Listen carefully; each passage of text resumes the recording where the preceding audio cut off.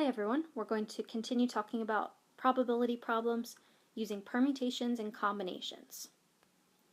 So let's start with example 3 from the textbook.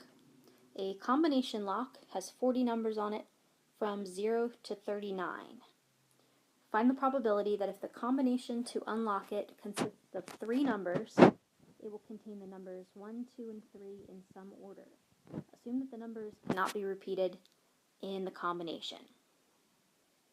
Okay, so, whatever this lock is, all right, we've got 40 numbers on it.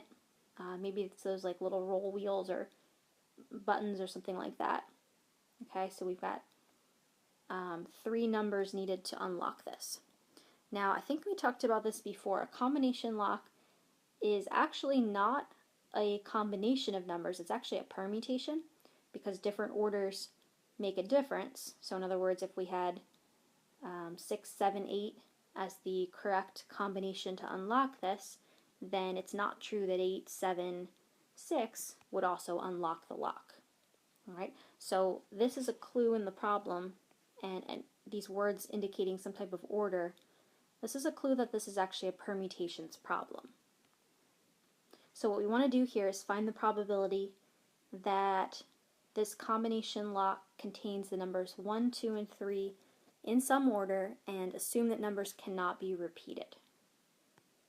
Okay, so the probability of the lock containing 1, 2, and 3. Alright, so we need the number of ways. And then I'm going to switch to the word arrange or order here.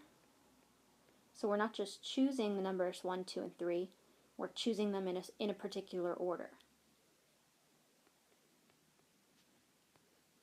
Okay, divided by the number of options in the sample space. Well, if you're looking at all of the possible combinations, or in this case they should be called permutations, then we do want to count things like 6, 7, 8 as separate from 8, 7, 6. All right, so we're actually looking at the number of permutations of all the digits on the lock, 0 through 39.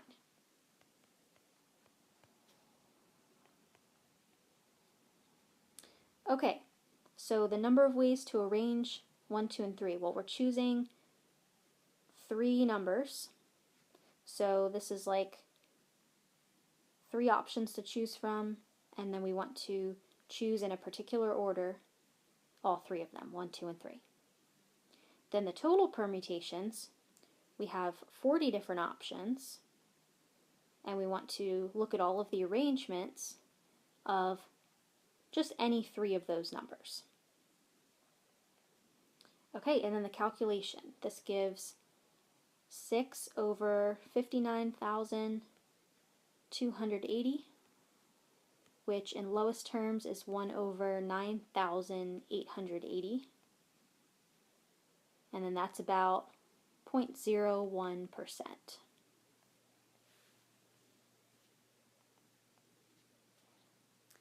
Okay, let's try another one. A different permutation lock has letters from A through L on it, and the combination consists of 4 letters with no repeats. What is the probability that the combination is specifically I, J, K, and L in some order? Alright, so again, even though it says the combination, we are talking about permutations, so we want the probability of choosing I, J, K, and L.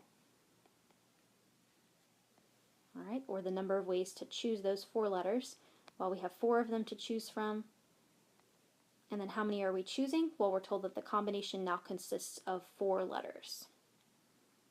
Alright, so we're choosing and arranging all 4 of those letters.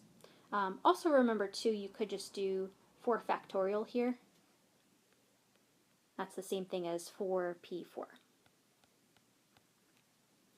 Alright, and then the total number of permutations. Well, now we have letters A through L, and if you just count how many letters there are, A through L is 12 letters. And then for the combination, we want to look at arrangements of any 4 of those letters. Alright. Then, Okay, then we just go to the calculation from there. 4p4 is 24. Okay, 12p4, 11,880. Lowest terms, that's 1 out of 495.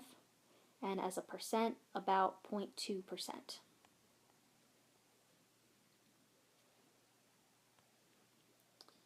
Okay, example 4.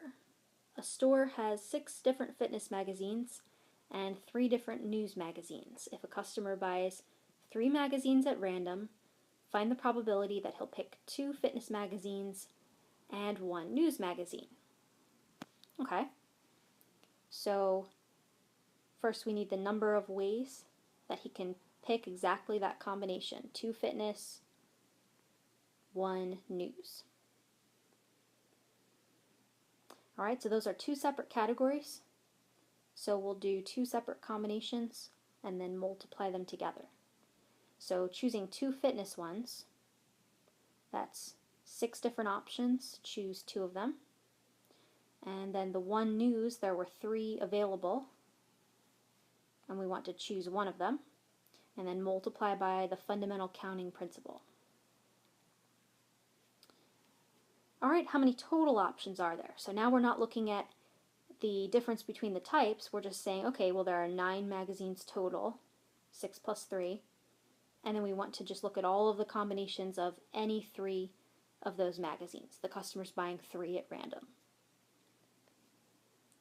Alright, and then that's 15 times 3 over 84. Okay, that's 45 over 84. In lowest terms, that's 15 over 28. And that's about 54%.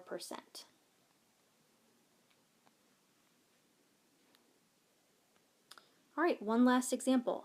Find the probability that the customer in example 4 picks at least 2 fitness magazines. Okay, so here's your key phrase, at least or at most. That indicates we have a couple different cases here. So we have the case of choosing exactly 2 fitness magazines, and since it's still the customer in this example where he's picking 3, that's 2 fitness, 1 news. Okay, so that's we already did that, the number of combinations for that. Okay. But if it's at least 2 fitness magazines, then the next case is all 3 fitness magazines and 0 news magazines. Alright, so we're going to find the total combinations, add those up, and then find the probability.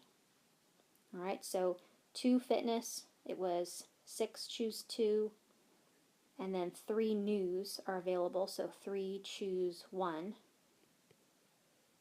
And from the previous example, that was 15 times 3, or 45. Right? And in the second case, choosing 3 fitness, so 6 choose 3, and then 3 news are available, choose 0. Okay, you could skip that part if you wanted. That's going to be 20 times 1, or 20. All right, so the total number of combinations that would give at least 2 fitness magazines would be 65. And then the total number of options, we found this in the previous problem as well. 9 magazines total, choosing 3 of them. All right, that was 84. So then probability would be 65 out of 84 options. And that's in lowest terms, but then as a percent, it's about 77%.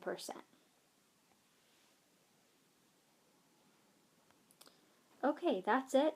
So I hope that was helpful, and thank you for watching.